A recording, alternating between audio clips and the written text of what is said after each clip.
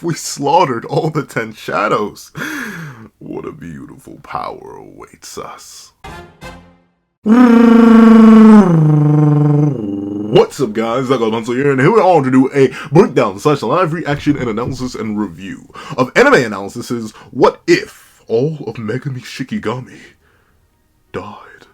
And this is going to be a very interesting topic. Notably, I've sort of gained something of a reputation of being a 10 Shadows denier, a 10 Shadows hater. But as of recent, I've also turned into a 10 Shadows truther. So I guess, like, the real friends were the 10 shadows we made along the way. But with that being the case, there is a bunch to talk about, but oh so little time. So let's not waste any more time and let's hop right into it. Editing me, are you ready? 3, 2, 1. Go. The 10 shadows. What's up, guys? That guy with a pencil here. Fun fact, 2 up and 2. Come here. Have it on me. Keep it on me at all times. That's another fun fact. The 10 Shadows technique. The power wielded by Megumi Fushiguro. What an interesting phenomenon. What an interesting power. What an interesting ability. But an ability that's drastically held back by its general lack of potency in Megumi's hands, and seemingly enough every previous 10 Shadows user's hands. Notably, something I was hoping for the coming games, that I'll definitely extrapolate on more in its own video, is a hypothetical matchup between a previous user of a technique and the current user. And notably, the only existence that could have possibly replicated that would have been Megumi's. And with the consistent hinting of the true strength of the 10 Shadows, the potential man behind Megumi and all that, I was truly hoping we get to see, like, a 10 Shadows user that had made a deal with Kenjaku and an incarnate, and we could possibly see a 10 Shadows v 10 Shadows matchup, but no, we didn't get that. We just got to see how much more powerful the 10 Shadows was in the hands of Sukuna, but simultaneously how weak the 10 Shadows is in regards to, like, its supposed equal and or rival in the Limitless and the Six Eyes, where Gojo Satoru annihilated the strongest of the 10 Shadows with relative ease. Like, it's implied that he could have one-shot Mahoraga at any point if Sukuna did not explicitly go out of his way to adapt it before Mahoraga actually got summoned. So, like, I'm not saying that the 10 Shadows is booty meat, but, like, if it's strongest Shikigami and a fusion of Nue, the Morning Tiger, Orochi, and Round Deer, aka nearly half of the Shadows, is still inferior to one of them, admittedly an adapted one, but one of them, I think you have an issue with the technique. So, naturally, the next step comes to mind. What would happen if all of the Shikigami were to have fallen apart, been destroyed, annihilated and atomized by the user of the 10 Shadows, whether it be organically in intense battles where even Mahoraga, after somehow mystically magically being tamed, gets slaughtered, destroyed, and annihilated, or vice versa, where the user simply sacrifices them all, one by one by one by one by one by one by one by one by one by one by one, until all 10 Shadows are sacrificed, from the smallest of rabbits to the mightiest of elephants, from the monsters and beasts to the divine general. What if they all fell? There are 2 different ways that I could see this happening. One is something that anime analysis implies in their thumbnail, which is fantastic looking.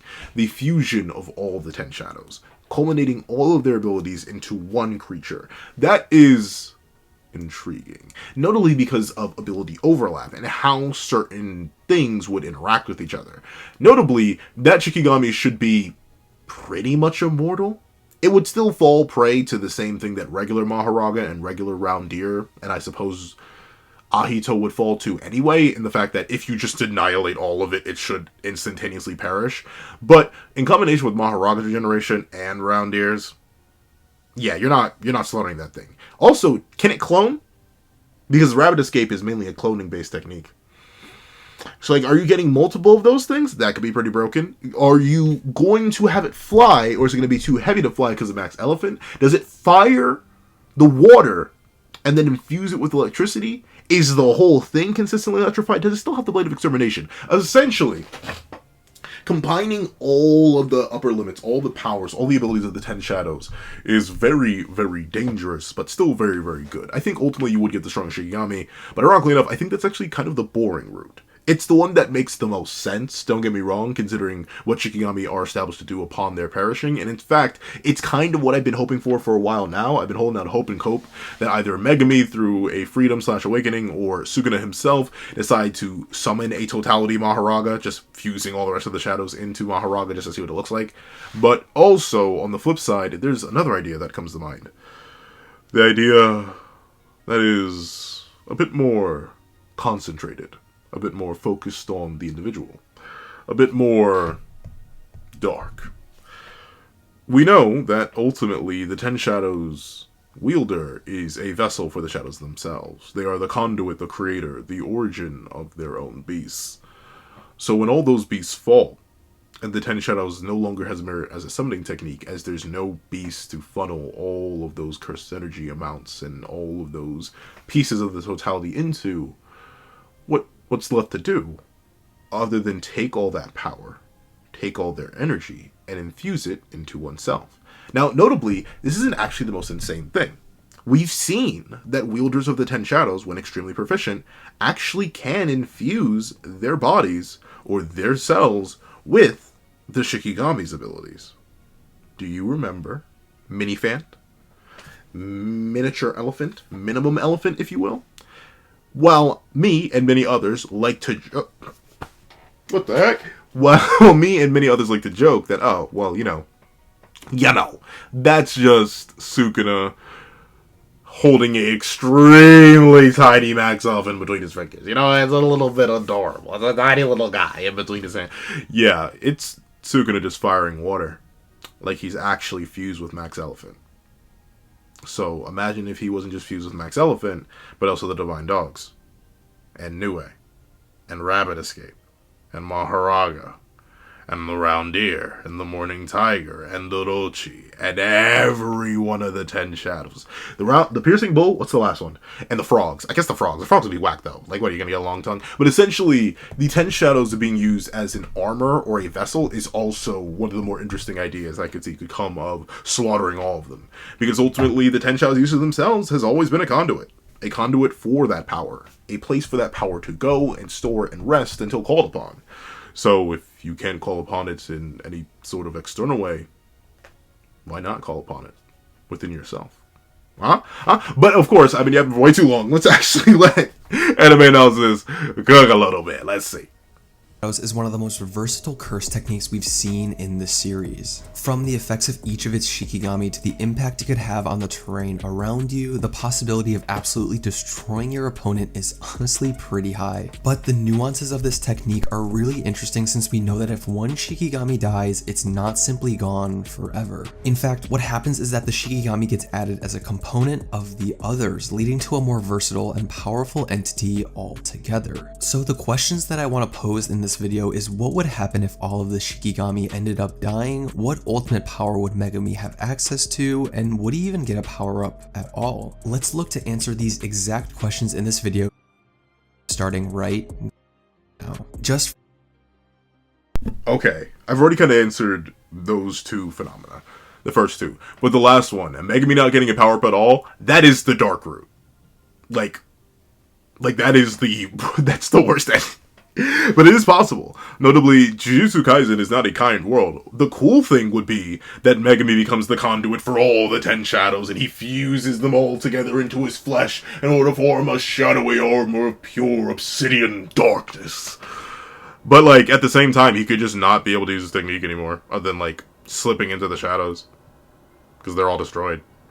Like, the universe is like, dude, you weren't supposed to be this garbage. You're supposed to at least have one. Like, you could have kept the rabbit in your back pocket or something, but you get nothing. Like that could be possible. I wouldn't be shocked, based on how the Jujutsu world functions, if it was legit like, no, bro, you fumbled. You let all your Shikigami die. You could have stopped at 9. You could have easily stopped at 9 and fueled everything into Maharaga, but no, you just had to see. You just had to go down that Undertale completionist route. You just had to hit that big G to see what would happen. But just like at the end of Undertale, at the end of a G route, you get nothing. I know you can wait the 10 minutes. But then, like, it's forever tainted. So it's kind of, ironically enough, it is very much like, and I know a lot of people have been drawing comparisons between Undertale and JJK, and while some of them do seem kind of similar. I view it as mostly a stretch. I don't think Kenjaku ripped off Undertale. But with it being the case, the big thing, you, just like at the end of a big G route, you can wait the 10 minutes. You can play it all again. You can keep using the ability of the 10 Shadows. But I wouldn't be shocked if the universe was like, bucko, pal, amigo, you don't get to have your cake and eat it. Oh, bucko, get gone. Like, you can still slip into the shadows, but no more summoning. No more access. That power just disappears. It would be a cruel trick. It would be devious, but considering it's literally impossible for all 10 Shadows users outside of Sukuna, I highly doubt it matters. Well, let's see. For some context on the 10 Shadows, we're going to assume for the sake of this video that all of the Shikigami have been tamed and subjugated by its user. The reason that this is important to keep in mind is because in order for a Shikigami to be reincarnated into another after their death, they first have to be tamed by their user. We know this is a condition to summon each Shikigami of the 10 Shadows. Megumi tells us in Shibuya that the strongest Shikigami of the 10 Shadows, Mahoraga, hasn't ever been tamed throughout the entire lineage of the Zenin clan and 10 Shadows curse technique. Therefore, when Sukuna destroyed it in Shibuya, he didn't technically kill it since it was during the subjugation ritual that Megumi initiated during his fight with Haruta. However, on the flip... One thing I always do wonder though, like, with other Shikigami, they are born of the cursed energy, and presumably like a certain set structure made from the talismans, right? Like, what does Mahoraga do while it's sealed away? Are they like notably, like, Mahoraga is sentient, or at least sentient enough. It has a personality. It smiles, it laughs, it has a good time. Like, it's a silly little guy, honestly. Like, Mahoraga did nothing wrong. I don't see any issue with Mahoraga. But with that being the case, like, I wonder what they do. Do they just sit around and wait to be summoned? I guess. What else are you supposed to do? Because seemingly enough, they're sealed away. Like, the 10 Shadows, at least to me, I've always headcanoned it, it's sort of like a sealing technique.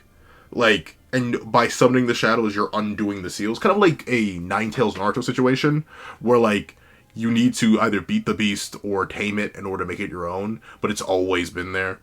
It may even predate the user. It will even outlast the user. It will continually be incarnated. Like, hypothetically, what Sukuna perishes, if there's another 10 Shadows user, Mahoraga and every other Shikigami will still be alive. So, that's how I kind of see it, but I don't know. I wonder how it really works and, like, what they do. If not just vibe. Let's see.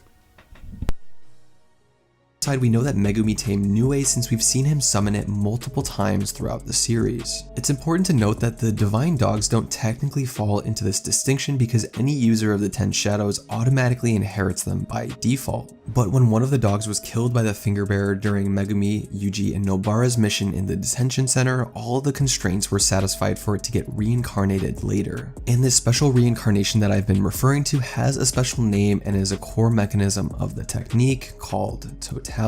You see, when the white dog was killed in the detention center, its powers were inherited by the black dog through the totality process, with the combination of the two dogs being much stronger than their individual parts. But what's really interesting about the totality system is that the power requires an end vessel to go to. If all the Shikigami ended up dying, there would literally be no form in which the combined powers of all of them would be able to manifest themselves. And I think there are two prevalent avenues we can take when looking at this hypothetical, and let's start with the first one, being Megumi would simply just lose his shadows altogether and have no Shikigami anymore. This would of course be a large nerf to him since his shadows are quite literally his trump card in many circumstances, but he's also shown that he's quite versatile even without them. We know that he's able to slip in and out of people's shadows, store things inside of them, and overall use it as a means of mobility around the battlefield. I personally think that Megumi is smart enough to use these capabilities to his advantage and figure out different ways to still be an effective fighter despite his main fighting force being gone. While that is true, I think, ironically enough, he would have to turn into like a Maki Toji type. Because without the extra power offensively and the extra bulk defensively provided by the 10 Shadows, obviously your bulk kind of 10 Shadows are your round deers, your max elephants, your frogs, your rabbit escapes, and your offenses are your Mahoragas. Mahoragas kind of in the middle in terms of defense and offense, but your Mahoragas, your divine dogs, are arguably your new ways and stuff like that, and obviously Piercing Bull. The thing is, Megumi himself, I don't think it's ever implied he could reach like a level where his regular physicals, if he's wielding regular weapons or cursed tools, could reach that. He would need to like get Inverted Sphere of Heaven or SSK. I don't see Megumi with still having a technique. The shadow slipping and stuff like that would also be present, but without the Shikigami, he's just not that guy. He simply does not have the stats for it. He would definitely need more. He can't just exist off the shadow travel and like the object storing and object permanent. He can't. Even if he can open Chimera Shadow Garden and seal someone away in the darkness forever, like, that's only going to work so many times. But let's see. But nonetheless, this would make him a much, much weaker character. And we also know that he was trained in hand-to-hand combat by Satoru Gojo, one of the strongest close-range fighters in the entire series. Therefore, I think I forget, what's the list? I think it's Sukuna, Gojo, Kenny, Maki, and Toji. I think they're like, I may be missing one. Is it Yuki? I feel like Yuki may be up there. But like, those are apparently the 5 most competent hand-to-hand fighters. Like, not just like overall power level. No, like straight hand-to-hand. And like close combat, CQC enthusiasts. Not enthusiasts, but like they're the masters of them, which is interesting to me. I mean, I guess it makes sense for Maki and Toji, both trained in weaponry, both likely grew up in the close combat quarters of the Zenin clan, where neither of them make her techniques and stuff like that, so that makes sense. Gojo makes sense, I guess, because he probably just watched it and learned how to do it, because he's good at everything. Sukuna kind of makes less sense, considering I highly doubt he was, like, very physical with people, considering he was known to, like, just strike people down with lightning. But I guess it makes sense that he learned it, just experience, and Kenjaku, obviously. So that top 5 does make sense, but it is interesting to think about that these characters alone stand so high, and that their influence may have leaked down to lower tiers. Not lower tiers, but, like, lower tiers. Let's see. he would still be able to hold his own. The second and more exciting scenario is that Megumi actually becomes the vessel for each of the 10 shadows, and the totality effect is directed towards himself as opposed to his Shikigami. And this would make Megumi incredibly broken, so let's talk a little bit more about what he would be like in this scenario. Unfortunately, we haven't seen any past users from the Zenin clan using the 10 shadows, but we have seen another character use it to an insane degree, that being none other than the King of Curses himself, Ryomen Sukuna. What gives us some interesting insight on the potential of Megumi is actually when Sukuna takes over his body and showcases new uses of the 10 shadows that we had never seen from Megumi until this point. For example, when Sukuna took over his body, we see that he instantly summoned this giant Nue that was actually wider than the skyscraper that it was standing on. So it's clear to me that the 10 shadows scales proportionally to the amount of cursed energy of its specific user, but that's not the funny thing. The weird thing is, I agree with that. I think that's the case. I really do. But then how small are Round Deer and Piercing Bull usually? Like, if Megumi were to summon either of them, how tiny are they? Right? But what apparently is confirmed in the redraws for 215, not even apparently, we see it. Like, I saw it in the redraw images. Nue has Orochi's symbol on its head, which implies that Nue inherited gigantism from Orochi. And I forget if Myriad Elephant also had it's on its head. Myriad Elephant was also bigger than Max Elephant. So I'm not sure, but yeah. I mean, it's most likely. I wouldn't be mad at it, because once again, output is output. And Sukuna obviously has higher output than Megumi, and the 10 shadows are still a result of output. But Maharaga not changing is still so weird. He's the outlier. He's the weird one. Almost every other shadow changes. Divine Dog, or Divine Dogs, I suppose, when someone in inky shadow form, they get bigger. We don't get to see base examples for Piercing Bull and Round Deer, but Nue gets bigger, but of course that may be the Orochi thing. And then, notably, Ahito's quite small, but they're composed of smaller Shikigami. There's only one big one in there, in Orochi. So maybe that's it, and they are relatively large still. Then Maharaga just doesn't change size. I mean, Maharaga changes size, but I think it's more like art inconsistency rather than actual ability of Maharaga. So I don't know, it's kind of weird. But let's see. Only difference that we saw between Megumi and Sukuna. Something really unique that Sukuna does that Megumi never even hinted to when he was utilizing the 10 shadows was using the abilities of his own Shikigami on himself. When Sukuna was fighting against Gojo in Shinjuku, the weird thing is though, and maybe Sukuna could have just done it. We see two examples of it. Two specific examples of it. Example 1 is the original example, Mahoraga. But remember, Sukuna himself doesn't actually do anything other than bear the adaptation process for himself. He doesn't actually get access to the adaptations. At least that's not what's implied. It's implied that he only does the tanking for them, and then Mahoraga comes out pre-adapted, which allows their durability to be massively higher. But then with Max Elephant, he just... and boom, water comes out. So I'm not sure. Maybe this goes into the whole, like, Sukuna was holding back narrative, and like, oh, well, he could have just absorbed all the adaptations that he gave to Mahoraga, but because he was messing with Gojo, he didn't. Maybe. That would make more sense with what happens with Max Elephant. But unfortunately, we just don't see enough of the 10 Shadows being used in the fight where we can determine, like, who's the real outlier. Is it Minifant being the outlier, or is it Mahoraga being the outlier? I don't know. You could argue maybe it's just everything down a scale, because, like, Minifant obviously isn't as big as Max Elephant or Myriad Elephant, and at the same time, Mahoraga, the adaptation process is multi-step and, like, applies to the wielder of the wheel, which gets compromised when it's transferred down to a individual user. So I don't know, it's weird.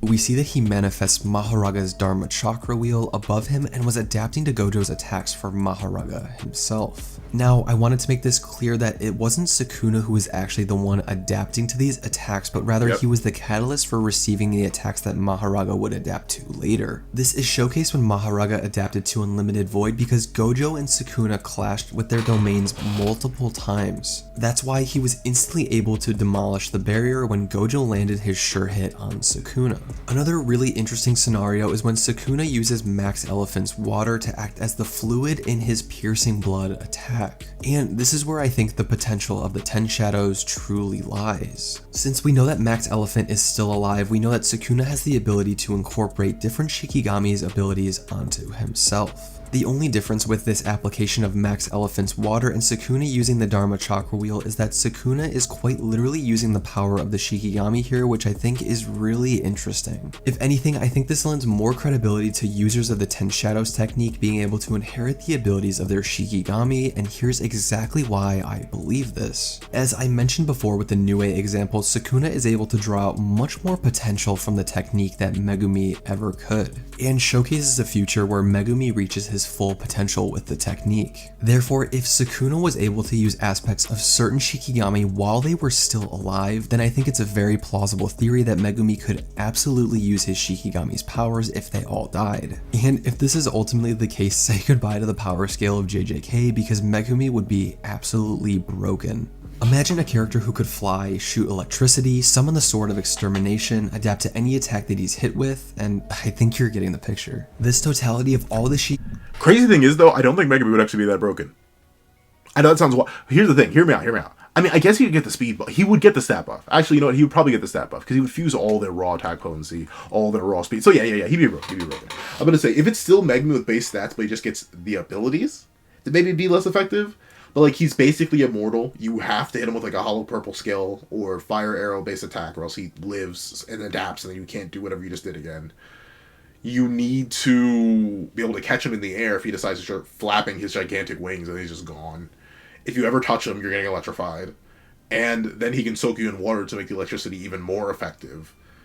And then worse comes to worse, he may be giant. Like, he may actually become big if Orochi ends up being just like a gigantification basis. And worse comes to worse, he could start... There's not much time left in this video. I'm gonna think of that. Now I got it. I have an idea. But let's see.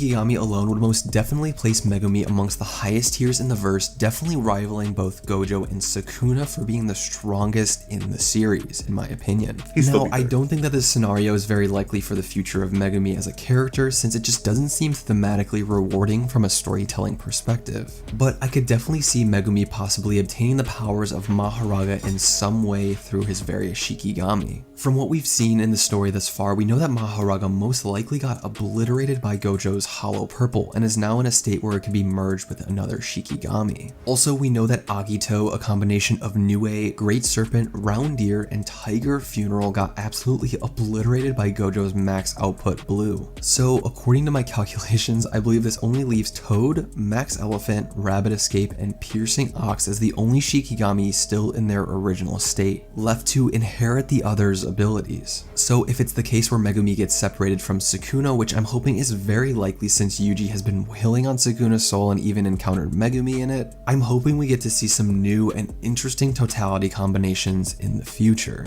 But let me know your thoughts on what you think would happen if all the Shikigami did die. I'd love to hear them in the comments below. Thank you so much to the members of my channel. Your support truly means the world to me. Have a great day, and I'll see you all in the next one. Stay curious, anime fam. Peace. No, white light, stay away! I can't watch that video again. It'll be the third time. That's a lie. It'll probably be like the seventh. But with that being the case, very, very, very W video. It's opened my eyes. It's got me thinking. Now I have a video I plan to make. But yes, a worthy video. I've liked, I've subscribed, I see more videos from you. I see Yuta versus Crollo. I saw another one. Where are you? Don't hide from me. There was another one. Ah, yes, yes, yes. Gojo versus Shigaraki. That'll be fun too. I'm gonna be reacting to more of this guy's videos. I can smell it. That smelly, smelly smell. But overall, a very, very W video. If you made it all the way to the end of this video, please go check out the original. Fantastic content creator. This is my first video of his, but I can see why it has 77,000 views. So please go check it out. It is wonderful. He has a great content. I like his content style too. It's really, really nice. But if you made it all the way to the end of this video, please leave shade armor. Leave shade armor in the comment section down below. I would like to thank you so much for watching. Please remember to leave a like, share, comment, and subscribe. And make sure you hit that little notification bell so you do not miss out on any videos that come to the channel. Also, I do have a Patreon down below where you can support me for as low as $1 a month. You can things like exclusive videos, early content, and more. You also now become a member of the channel for as low as $3 a month to get the same perks and more. Some of those perks will include the live reaction to the very next chapter of Jujutsu Kaisen, ad-free variations of all my videos, and if you become a $25 Patreon and $25 member, you can order whatever video you want.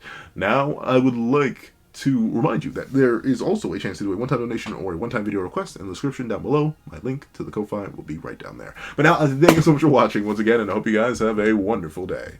This is that guy with a pencil writing off.